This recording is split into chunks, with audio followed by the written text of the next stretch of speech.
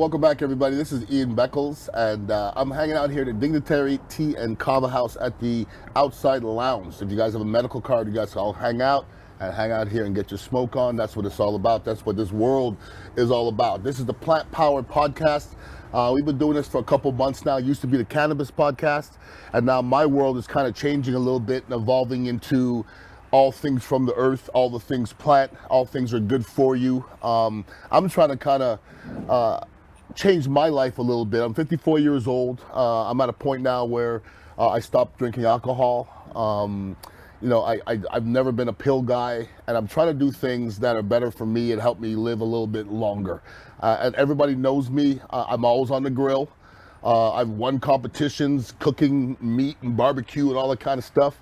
So this is going to hurt some people's feelings, but for the last couple of weeks I've been eating vegan, and I'm not into it long enough to say that I'm vegan because, you could say you're dieting, but if it's 1 week in, you're not really dieting. So I'm trying to change my world a little bit and find out what's best for me and what's best to keep me living on this God's green earth here, and hopefully doing good things for my life. Now, this young man, I met him a couple days ago, and you meet people in the neighborhood that are hustling, and you're just intelligent young people, and I just said you'd be perfect to be on Plant Power because he has a world of knowledge. I want to introduce you to Dorian Dimensions, and I think that's your stage name. Yep. That's not your God-given name. It's not my government. But I like it, though. I like it. Dorian Dimensions from Quantum Evolutions. How you doing today, brother? I'm doing well, brother. Thank you for having me. No, absolutely. I really appreciate you. I got to hang out with you and the lovely Maria and Trip the other day, and I have a big boy. What's Big Boy's name? I can't remember. Big Ben.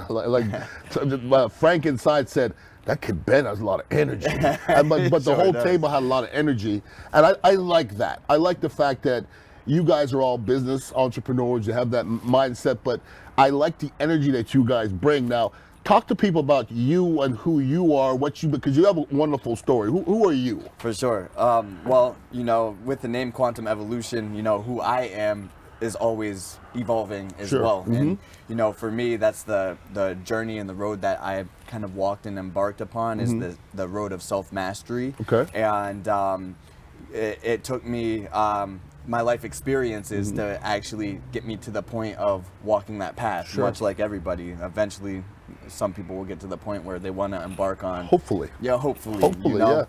So, who I am, to be honest with you, my story is something that could go, very deep in many different directions. Sure. But who I am originally is just a kid from the streets. Okay. My father was murdered when I was 3, and my mother was an alcoholic, and so I took care of my 3 younger brothers growing up. Wow. And also her as well. And that's something that kind of kept me away from drinking alcohol, is because what I saw it do, to my mother, and she passed as well from alcohol also. Yeah. And to be honest with you, I think for my path that I stayed away from alcohol and things that were bad for my body from a very young age. Sure. And from that, though, my outlet was found in other ways. Sure. Through music, through MMA, mixed martial arts. Yeah. And really just doing things at a high level I would say was my outlet. Now also my outlet though was violence as well, as I was, like I said, a street kid. As a young kid, violence? So you got in a lot of trouble, fights? In my teenage years. Yeah, okay. In my teenage years, I ended up, the type of music I was into was hardcore, so it was very heavy, very violent, but that's also where I found, a big portion of my lifestyle was within that music as well, which was a term called straight edge, which is no smoking, no drinking, and no drugs for life. That was the philosophy. However, where'd you get that philosophy from? That philosophy actually comes from, straight edge comes from a band called Black Flag and Ian McKay. Really? Yeah, and that term Ian McKay and Henry Rollins, those two individuals were the ones who really coined the term straight edge. Okay. Yeah, and with straight edge, it's no smoking, no drinking, no drugs. It was kind of like the ultimate ultimate form of rebellion in punk. You know, that is rebellious now. Very rebellious. It's rebellious in music to be in general, because normally when you say, like, this is me, okay? I've been a drinker since I was 12 years old, and I'm 54 now. I just cut out drinking. Been 6 months now. I haven't had a drink. I don't miss it, okay? When I tell people, some people I'm not drinking, it upsets them. Sure. What do you mean you're not drinking? I'm like, well, I just cut out drinking. Everybody knows they want to stop drinking, but they're just mad because they can't do it. They can do it, they just haven't figured out how to do it yet. And I'm finding the same thing here. I'm eating vegan. Now, I ate vegan, this is my second week, and I watched about 10 videos today on veganism and how to do this and how to start. And every video, to a man or a woman, had every person say, people are going to hate you for being vegan. Yeah. And that's a fact. Like, I think vegan almost sounds like a cult.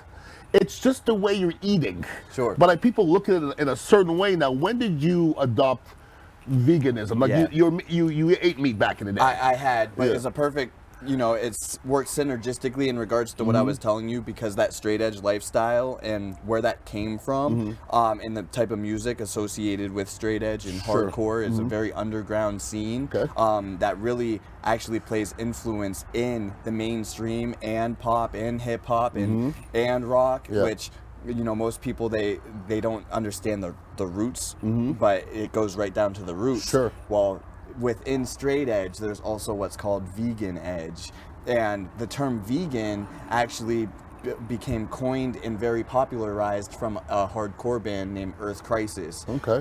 So that within the scene of straight edge, vegan is very prevalent. So it's no smoking, no drinking, no drugs, and also no partaking of anything from an animal. And that also includes not the wearing of anything from an animal as well. Wow. So that includes, not even having clothing that comes from an animal, no leather and everything like that. And to take it another step further within that scene, because just like you were saying, if you have that type of a lifestyle, people will hate, they'll troll, they'll try to discourage you, they'll try to do everything, and you're just trying to do something good. Correct. And something good for yourself as well. Well, within, that scene as well with vegan edge, it's also, there's a lot of violence surrounding it as well, because it's almost like a mentality of by any means necessary. And a lot of ones who were associated with that type of a lifestyle were also part of like animal liberation groups, which these days and back then also was considered terroristic, because if you're releasing animals from say a slaughterhouse or anything like that, the governments and authorities look at that with very harsh penalties. Absolutely. they don't mess around. Yeah, so veganism, especially when I was coming up, when I was a teenager and in my early 20s and everything, veganism was a very extreme thing. It still is. Still is now, but it's become more mainstream, where the actual term claiming to be vegan is different now than what it used to be. And sometimes the more appropriate term, and I like to use, is plant-based. Because using the term plant-based is not as, like you said, where some people hear the term veganism and look at that as being kind of culty. Well, maybe I should start saying I have a plant-based diet, because the word vegan is almost like a swear word to some people. And by the way, when you're talking about no smoking, no drinking, no drugs, let's get this straight. Marijuana is a plant. Yes. And marijuana is medication, which I'm taking legally. You know what I mean? And there's a lot of people out there doing it and doing the right thing for their body. So it's like taking Blue Lotus. It's like taking those other plants. And that's what I'm trying to change my life into. And by the way, before we keep on going, I want to show love to Curaleaf, who is the title sponsor of this webcast and the podcast. And my people at Curaleaf, they're all over the place. Mine is right here on Gandhi. I like to go to one on Northdale Mabry as well. For me, it just has the best feel. They have the best flower to me. And to me, I'm all about feel. And when I go into Curaleaf, I just feel good in there, as opposed to the other dispensaries. I don't mess with the other ones. I'm all about Curaleaf, so go check them out. I guarantee there's one in your neighborhood. Now, I'm in my second week of eating a plant-based diet, because once again, watching these videos and seeing what to be expected, literally everything that they said to expect is happening. Like after a week, like I almost just said, screw this, this is too much. Yeah. And then I caught myself and I realized, and I swear, I think you guys have really inspired me tremendously, because you realize, because you look fantastic, you know, physically. John Gaston, our video guy here from WeBeam TV, couldn't keep his hands off you, you know what I mean? Call you ripped and all kind of stuff like that, but you look fantastic. And that's inspirational to me, because that's not an accident. Nobody looks fantastic by accident. That's never happened before. Sure. And you being an athlete, you know, it takes a lot of hard work. It's all hard work. It's being uncomfortable. So talk to me about your regimen. I'm trying to change my regimen. I'm old and my body's beat up. You're still relatively young compared to me. Sure. Like what kind of regimen do you go through? Obviously the plant-based diet. You stick strict to the plant-based. You don't. I don't deviate ever. I don't cheat. Good ever. for you. Good for you. And it's years of not cheating. Now, like I said, when I was younger, you know, through my whole 20s as well, being involved with straight edge and everything like that, and most of my friends were vegan edge. I would dabble in and out of eating, you know, plant-based or a vegan diet, and then I would go back to very heavy a carnivore diet because I was an athlete, but I was also... You thought it was necessary. Yes, I thought it was necessary. Yeah, and I was bodybuilding as well. You found that later on. I think we're finding out it's not necessary. It's not necessary. It's really not. Yeah, especially when you actually understand what's happening and your body goes through the transition of your cells not needing to derive energy from, you know, rotting carcass. Yeah, which is really what it is. Yeah. You know, when you switch over to things that are plant-based, your body's now switching over into synthesizing protein from the sun because you're eating with phytonutrients. Sure. And so now you're deriving your energy from, you know, phytonutrients and not, you know, the death and decay of carcass. That's rotting in the body. And listen, my thing is, I'm to be as honest as I can. Like, I'm not doing this because of the philosophy of veganism. Sure. I'm just not. Okay, so it's one of those. I just think this is good for me. Yeah. You know, and I'm doing it because it's the same reason why I got my vaccination shot. I think it's good for me to do that. You know what I mean? But this is why I'm trying to switch my lifestyle, because I just think I need a change. And as you could probably see, I'm an extreme person. Sure. I've been extreme my whole life. You know, people my size didn't normally do what I did. Right.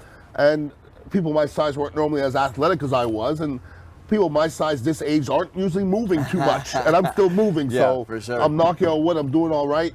And so when you started off with the veganism and cutting out the meat, and I'm going through this right now. First of all, there's some things that happen. I'm losing weight, and I eat a lot. I eat a lot. Like I find like I'm eating all the time, almost too much at times. But I feel like I'm eating a lot, but you can only eat so much rice. You can only eat so many beans. You can only eat so much peanuts.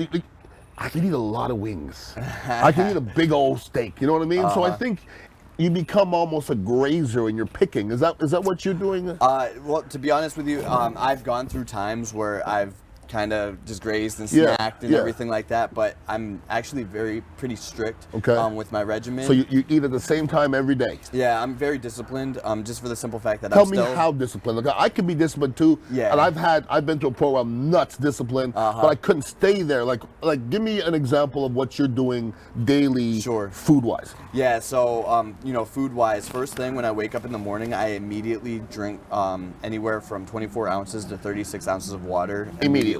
First thing. And the reason why to do that is because at the point of waking up, now your body has jump started, it's ready to go, but to assist in the process of kickstarting your metabolism, but also in the morning is the time that you're supposed to be flushing fluids as well. The assistance of, you know, even before you go to the bathroom, you drink this? Yes. Really? And that helps get everything flushing all moving. the impurities out. Okay. The best way to do it is actually warm water. And that's you're flushing everything out, getting ready for the day. And then my first meal of the day ends up being, because I'm on the go pretty much as soon as I'm up. So my first meal of the day ends up being a shake.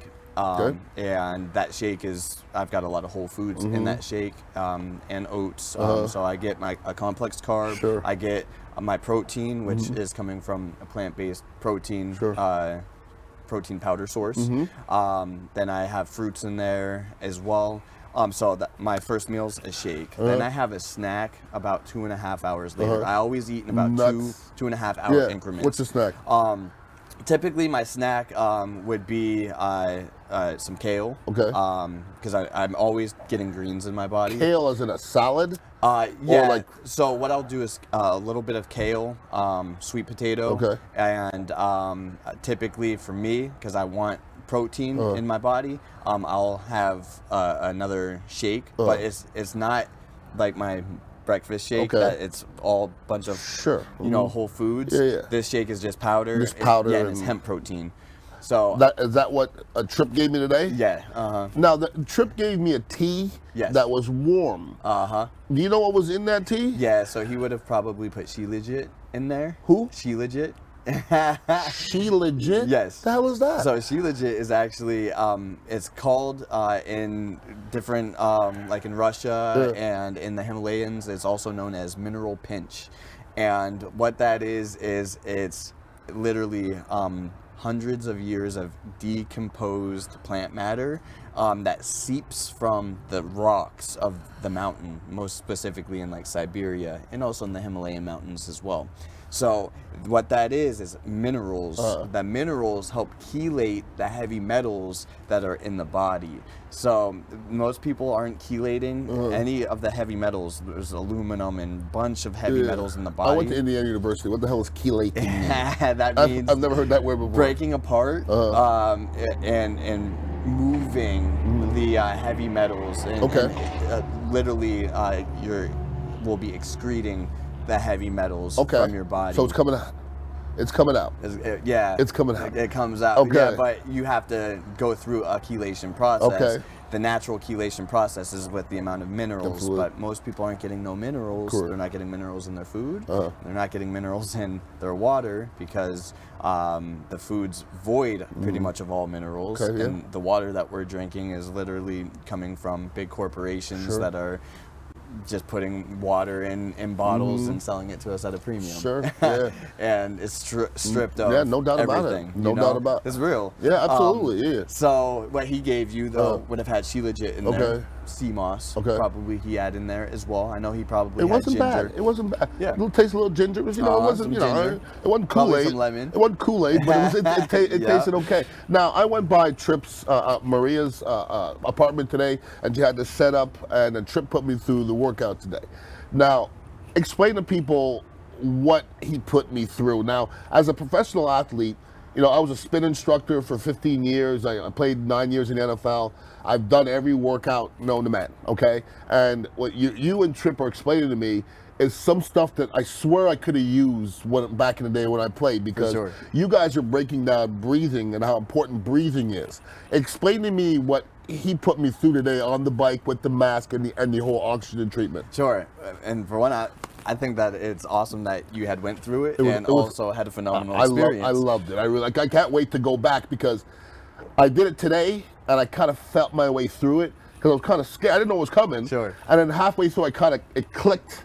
I started understanding it, and then I started getting into it. Like, next time I'm going after it, though. You know what I mean? I thought it was awesome. That's awesome. And I'm glad that you went through it and, you came back with the experience that you did, which everybody that we take through the process has similar experience. Now, what you did is you went through a process of intermittent hypoxic training. And what we did was, through the protocol of breathing and through the equipment that we were using, what we did was we simulated being at the height of Pikes Peak, Colorado, about 12,000 feet above sea level. With the oxygen. Yep, with the oxygen. We restricted the amount of oxygen that you were bringing in. We had you do a particular workload exercise for a certain period of time, and the time that we have you do this is very specific because of what we're achieving. And what we're achieving is your body to go into a state, your cells to go into a state of hypoxia.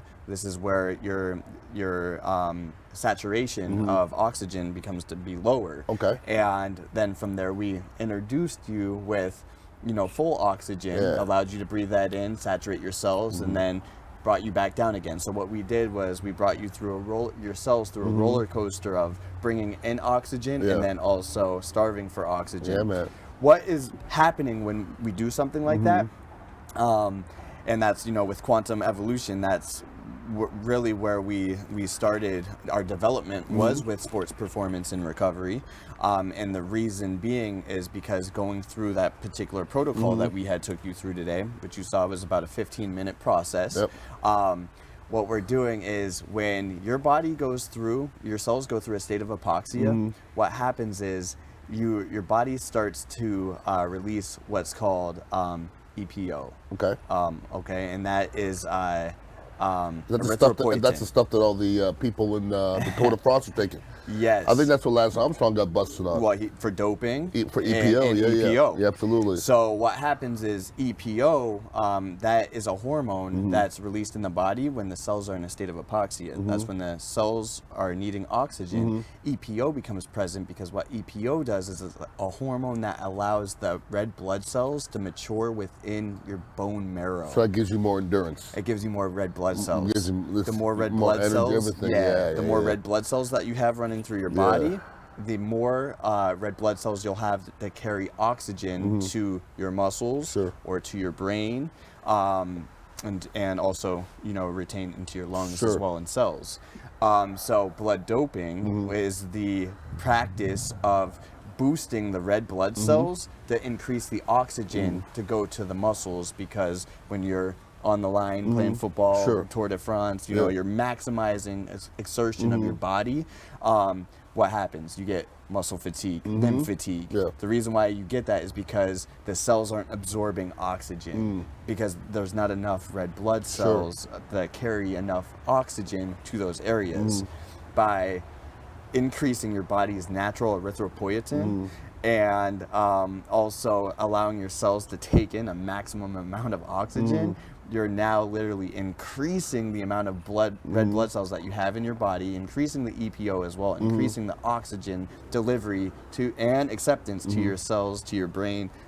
Legal blood doping. Well, I mean, God bless. I mean, you're just working out, so that's a beautiful thing. Now, talk to me about you as a person and your wellness. When I did the program today, it was a workout. Okay, I was on a stationary bike, a spin bike, but the oxygen thing almost made it meditative almost.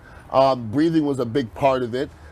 Is meditation part of your repertoire? We talked about yoga as well. These are all things I'm really curious about. For sure. And I mean, what is your part of your repertoire? Yeah, so part of my repertoire is yoga, Ashtanga based. I'm pretty strict actually Ashtanga, but Ashtanga. Okay. Yeah, it means look 8 limbs. 8 limbs. Yeah, Okay. so there's a whole philosophy when it comes to yoga in regards to the 8 limbs, and that's a whole thing on its own. However, Ashtanga, that is one of the oldest forms of self-mastery ever documented and still practiced.